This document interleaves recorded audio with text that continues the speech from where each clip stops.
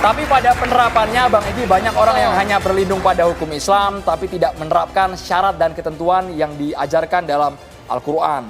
Mencari pembenaran saja, Bang. Ya, dalam logika berpikir harus mampu dibedakan antara konsep dengan praktek.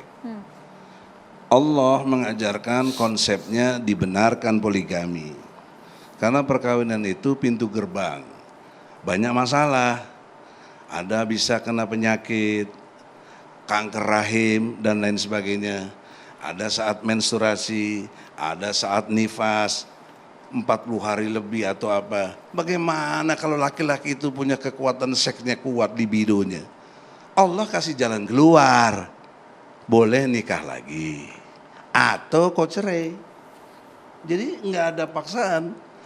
Ingat konsep pernikahan itu, konsep ya. Menikah itu hak perempuan. Aku nikahkan diriku kepada si fulan. Laki ijab. Kabul. Aku terima nikahnya.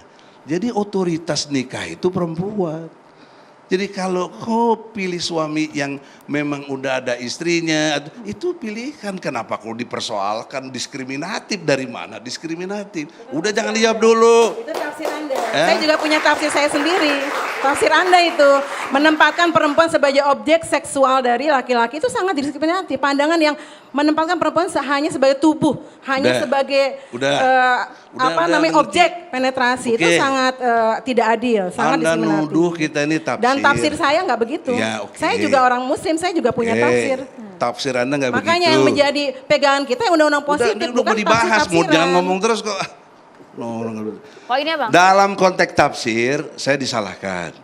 Padahal saya bicara fakta. Bagaimana saya menafsirkan fakta? Ya enggak lah. Dialah yang tafsir. Karena dia perempuan, nggak setuju. Itu yang tafsir siapa gitu. Karena suara Anda saja, suara laki-laki saja yang Anda dengar. Cara berpikir laki-laki saja yang dengar. Ya, jadi kami selalu menjadi objek. Gue belum selesai dengar. Bang Egy, Sebentar. sebentar. Saya mau diskusi mengajak kita itu semua kalau fokus. ente interupsi boleh, tapi kalau saya berhak untuk tidak menolak. Anda berbicara tafsir, tapi tafsir Anda itu ada tafsir yang sangat menistakan perempuan. Bang Egy tadi sudah jelaskan tafsirnya. Siapa yang saya nista? Nggak Saya ada juga orang bicara dia fakta. punya sakit kanker rahim, dia serviks dan lain sebagainya. Gue menista apa? Kenapa hanya laki-laki yang bisa Fakta. poligami kalau faktanya begitu? Karena Apa laki-laki ketentuan sebagai hukum suami Allah nggak nggak ada pernah punya poliandri. penyakit? Kalau ada poliandri di Quran boleh lo lakukan, gak ada lo gimana? Ya karena Al-Quran juga jatuhnya pada kapan? Kok nyalain Gitu Allah loh, kan? sejarahnya Kok kan berani ada. menyalahkan Allah menjadi tidak Udah. adil? Itu kan kemudian ditafsirkan. Oke, Semua sebentar, ditafsirkan. sebentar. Tafsir Iya. nih. Bang Egy kita Semua coba fikih, dengarkan juga suara tafsir. perempuan lainnya Bang Egy. Saya juga Mohon belajar izin, di Bang Egy. pesantren tafsir-tafsir itu. Dan Kita ada boleh kok geser dulu Bang Barat Egy. Nada ada Banyak yang boleh. berbicara Iya, yang Bang Egy tidak. ditahan. Ini Kita dengarkan kalau suara dalam perempuan. Quran ini nakodot nih orang kayak Iya, begini. jadi saya mau Baik, Kak. mengajak kita semua fokus begitu ya. Ini bukan tentang tafsir, ini bukan tentang kita tidak Hukum Islam. tentang hukum Islam dan sebagainya. Tapi mari kita lihat bersama-sama bagaimana Pergub ini adalah sebuah kebijakan pemerintah, begitu. Dan apa isinya? Dan bagaimana kita harus menyikapi Pergub ini? Posisi saya tentu saja menolak, begitu. Tapi menolaknya kenapa? Begitu ya. Karena Pergub ini kemudian melanggengkan sebuah bentuk kekerasan terhadap perempuan dan menunjukkan bagaimana ketidakhadiran pemerintah, ketidakpedulian pemerintah terhadap perempuan, terutama para perempuan pekerja. Kekerasan bagaimana Mbak Ika? Sebentar, saya mau bilang terutama para perempuan pekerja yang saat ini membanting tulang, yang saat ini bekerja keras, yang saat ini menjadi pencari nafkah utama dalam keluarga. Kenapa? Kenapa? Karena Alasan itu? isi dari persyaratan diperbolehkannya poligami ini salah satunya adalah karena istri tidak bisa menjalankan kewajibannya. Jadi ini kan merujuk pada sebuah peran yang sangat timpang. Yang kalau kata Pak PLT ini ada sumbernya, begitu. Ada benarnya dia bilang bahwa Pergub ini adalah aturan teknis. Karena memang sumbernya adalah di dalam Undang-Undang Perkawinan nomor 1 tahun 74. Jadi Pergub ini meski hanya di Jakarta, begitu. Tapi kita perlu menyikapinya, kita perlu menolaknya karena logikanya itu adalah undang-undang nasional. yang melanggengkan peran yang timpang ini harusnya laki-laki juga ikut menolak, begitu. Di tengah PHK massal yang sangat luas sekarang, begitu.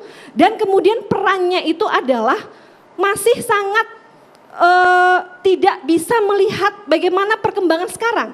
Banyak sekali perempuan yang bekerja, begitu. Perempuan yang menjadi pencari nafkah utama. Sedangkan kenapa ada pergub poligami ini? Karena dia merujuk pada pemikiran bahwa laki-laki itu adalah kepala keluarga, kemudian perempuan adalah kewajibannya sebagai ibu rumah tangga.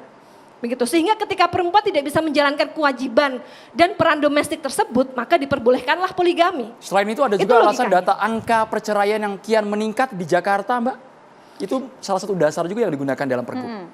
Untuk melindungi keluarga itu tadi? Untuk melindungi keluarga dari apa?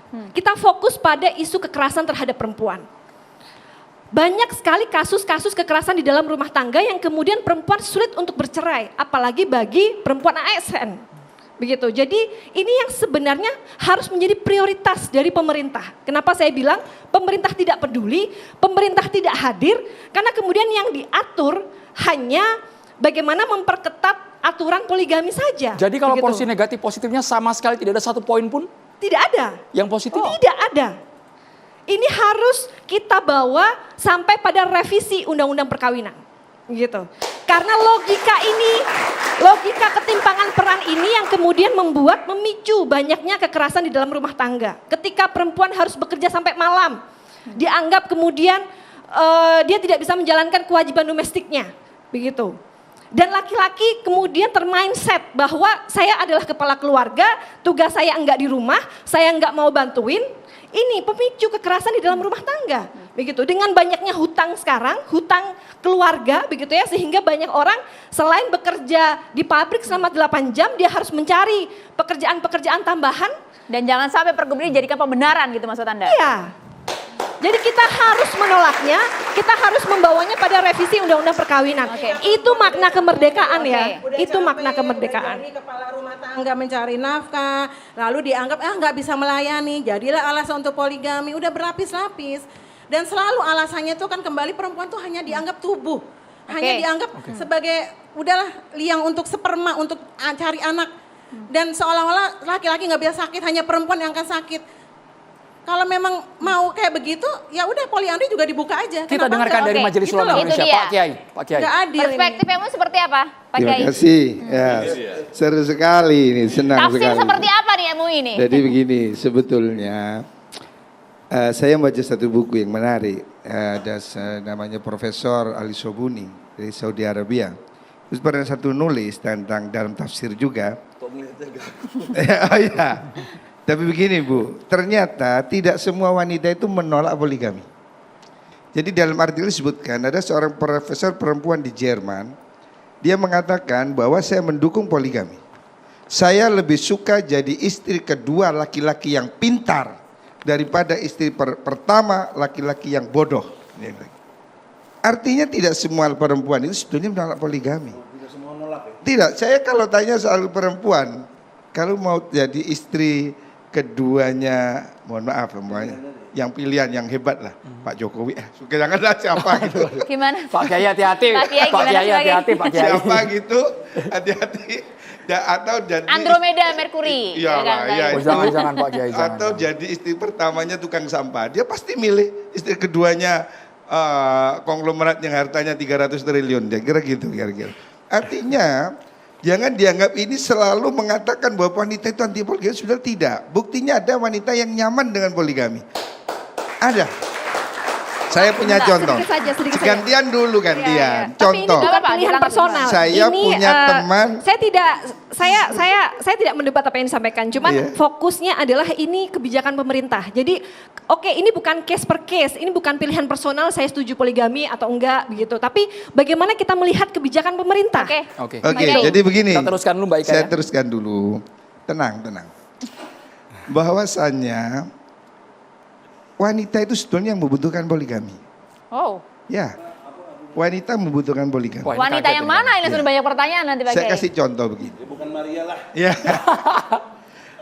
Teman saya, seorang tokoh besar tidak sebut nama. Kalau ada di dunia ini ada 10 perempuan dan 10 laki-laki, sama jumlahnya, harus ada poligami. Karena apa? 10 laki-laki itu dia semua bisa menikah. Mungkin yang 2 gay, yang 2 impoten, yang 2 miskin. Nggak bisa menikah. Terus wanita ini yang lebihnya ini mau dinikahi siapa kalau tidak ada poligami? Justru kalau tidak ada poligami ini akan merusak hak-hak perempuan. Karena tidak semua perempuan bisa menikah. Faktanya jumlah laki-laki itu selalu lebih sedikit dari perempuan. Lebih banyak wanita. Cek di angka kelahiran. Itu bisa memicu kekerasan terhadap perempuan, Nah, Bapak. jangan Hati-hati. bilang kekerasan dulu. Iya. Terakhir ya 2024 itu Saya 50% sudah survei laki-laki lebih banyak. Saya daripada sudah perempuan. survei yang terdekat aja di bidan sebelah saya. Berapa jumlah angka kelahiran dalam 1 bulan? Saya sudah cek di beberapa BSRS BKIA. Jumlah kelahiran itu lebih banyak perempuan dari laki-laki. Seandainya laki-laki dan perempuan itu sama aja, harus ada poligami. Karena wanita itu dia kaya sekalipun, dia sukses sekalipun, dia perlu kehangatan rumah tangga. Kalau tidak boleh poligami dan jumlah laki perempuan tidak sama, sama pun tetap kurang. Maka wanita yang tidak dipoligami mau dijadikan apa? Hanya ada 2 jawaban. 1. Itu mengobjektifikasi perempuan. Loh enggak, namanya. ini saya mau Membuat bicara logika perempuan akal sebagai sehat. Banyak objek. datanya loh. Itu Saya datanya akan sama bicara sekali. Datanya valid nggak Pak Kiai? Valid, Datanya valid, ini Datanya valid. valid. Oke, nanti kita datakan, adu data. Hanya Datanya data dibuka bidang sebelah. di catatan demokrasi Pak Kiai. Saya Datanya akan Pak Kiai. bicara Buka begini ya, ya. BPS sama Seperti sekali ya. beda. Lebih Ditahan Kalau dulu. laki-laki. Ibu Rani ditahan dulu Bu. Kalau ada, sebentar saya katakan, kalau ada misalnya 3 perempuan 1 laki-laki. Oke, tidak boleh poligami. Poligami itu jahat, poligami itu bangsat. Berarti ada 2 perempuan yang tidak menikah. Apakah 2 perempuan ini dijadikan gundik saja, selingkuhan saja, selir saja, pacar aja, atau dijadikan istri? Pak, Mana yang lebih Kenapa baik? jadi mempermasalahkan perempuan yang tidak menikah? Loh, ini kebutuhan jangan perempuan, keluar jalur. Anda jangan salah. Kita fokus pada kebijakan Banyak pemerintah, wanita gitu. justru Jadi ini diuntungkan jangan dengan kemudian poligami menyuruh-nyuruh ini. perempuan untuk menikah atau Yang laki-laki jelas, untuk menikah, Gugatan begitu. perceraian itu sangat tinggi. Salah satu alasannya ada KDRT dan KDRT itu adalah KDRT kekerasan seksual. Salah satu bentuk dari kekerasan seksual adalah poligami. Apakah selingkuh, orang yang dan tidak lain. poligami mesti tidak KDRT, KDRT? itu KDRT, Pertanyaannya. Pak. Kekerasan Justru lebih seksual, banyak orang kekerasan tidak psikis. poligami KDRT Dan kita udah punya undang-undang PKDRT. Ah salah, ayo Udah punya coba. undang-undang PKDRT Pak. Datang saya ke Jangan kita pengadilan. melanggar undang-undang PKDRT. Oke. Sudah diperjuangkan Oke. 7 tahun. Dari 19 Saya punya sudah teman perjuangkan. hakim di pengadilan agama di Malang. Oke. Dia bilang saya, Gus, angka perceraian semakin tinggi. Iya. Saya tanya, apa yang terjadi? Kenapa? Oh, yang banyak itu sekarang justru ya ini masalahnya. Malah wanitanya yang sekarang minta cerai karena enggak dia bilang suaminya selingkuh Pak. enggak, bukan begitu, Poligami nggak salah. ada Ini izin fakta, Bu. pengadilan. Poligami dengan siri itu. Orang kekerasan bukan kayak soal poligami. Yang banyak kekerasan malah tidak poligami, uring-uringan sama istrinya. Ini yang banyak kasus di daerah banyak perceraian itu di mana wanita itu pergi jadi TKW ke luar negeri. Jadi orang yang sudah jadi TKW ke Hong Kong, ke Cina, kemana itu Singapura, kalau pulang minta cerai. Saya ketawa, saya sudah berkali-kali pergi ke sana, saya bilang. Kenapa? Alasannya kenapa Pak? Karena dia sudah kenal dengan Tomingse Pak. Terus di rumah ketemu Dulgimun yang baunya apek, nggak mau dia. Ini satu dari berapa kasus kan Pak Kiai? Jangan kemudian itu Loh menjadi ini pembenaran. banyak, ini hakim Jangan pengadilan dijadikan yang ngomong pembenaran Pak sama Kiai. Itu saya. satu dari sekian Dan kasus. jangan jadikan lelucon, Bapak hanya data bidang sebelah. Kita data BPS Bapak, ini saya bacakan Oke. datanya BPS. Yang itu banyak- laki-laki lebih banyak, artinya apa Bila Andri kalau gitu? Jadi begini, menurut saya faktanya Faktanya mana ini? Saya baca di BPS, saya bacakan. Kalau mau bicara fakta, Kok jadi kalau bidang mau- Masalahnya kalau mau begini, bicara Bu, fakta, yang mari kita dinikahi bicara itu soal juga fakta-fakta perempuan. kekerasan terhadap Bapak ini perempuan. dijadikan lelucon Angkanya, semua.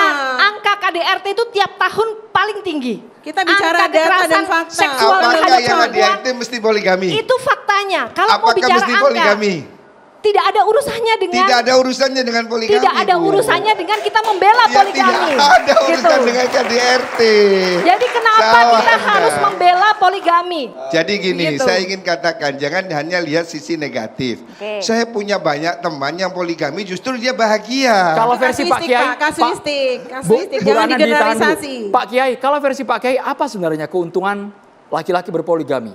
Menurut sudut pandang Pak Kok Kiai. yang Oke, saya lihat, poin-poinnya, Pak oke. Kiai. Satu Poin-poinnya. pertama. Fakta aja, saya nggak bohong. Fakta, Wong Solo, Presiden Poligami Indonesia, saya kenal, namanya Wong Solo. Itu slogannya, banyak istri, banyak rezeki. Dia ternyata memang dia tambah kaya dengan pernikahan itu, relasinya semakin besar, usahanya juga semakin kan kuat. kasuistik, Itu Pak. nggak sesuai fakta. Bapak Dan istrinya harus juga enjoy melihat aja, nggak ada kelompok marah-marah, masyarakat biasa miskin, aja. Pak. Tesis saya tentang Jangan, Wong Solo, jangan Pak. Wong Solo ini. Oke, Bapak jangan. harus Bapak, melihat maaf. kelompok masyarakat miskin. Maaf, tesis saya tentang Wong Solo ya. Itu namanya istri-istrinya itu sangat menderita kekerasan psikis. Untuk dia bisa bertahan dalam hidupnya itu sampai terus berefleksi, membaca Quran. Tapi sebenarnya itu yang terjadi itu sangat menderita. Sakit hati. Iya, Itu kan menurut Bapak kan Anda. melihat kepentingan laki-laki aja. Gimana kepentingan Kalau begitu minta perempuan? cerai, kenapa terus di situ? Nah itu kan tadi sesuai dengan agama. Itu kan tafsir siapa yang dipakai? Wong dia itu Tafsir malah Wong Solo. senang, Bu. Saya kenal sama istrinya Wong Solo itu. Mereka itu bahagia. Ya Kok enggak, ibu Pak. yang enggak Enggak. dipoligami Fokus. marah? Mungkin Fokus dia ke malu kebijakan lalu bicara ke pemerintah. Bapak. Saya kan nulis Oke. Pak tentang itu. Ini kebijakan Saya yang meneliti mengatur tentang Wong Solo. semua perempuan. Jadi ini begini. kebijakan yang mengatur semua keluarga di Indonesia. Bagi Jadi Bapak fokus hanya ke situ, case by jangan case hanya aja. satu Kita dua kasus ngomong saja. Jadi data begini. yang Maksudnya lebih banyak Pak lah Kiai Pak. kalau kita tarik ke agama banyak mudaratnya Iya, atau benar. maslahatnya. Tidak, mudarat saya Pak ingin Kiai. katakan Poinnya bahwa apa, poligami itu tidak wajib. Poligami itu tidak dianjurkan tapi juga tidak dilarang. Oke. Case per case tidak sama, makanya saya tidak setuju kalau poligami harus dilarang. ASN tidak boleh poligami. Ya dia akan semakin selingkuh, pelacuran, perzinahan akan semakin darurat dan tidak karu-karuan. Oke, kalau kemudian Pak Kiai tadi sampaikan bahwa sebenarnya memang kemudian tidak diwajibkan, tapi juga kemudian tidak diharuskan. Tapi apakah kemudian pemerintah harus mengatur ini? Itu pertanyaannya. Nanti Mbah Tejo juga harus menjawab ini. Usai jeda, saat lagi.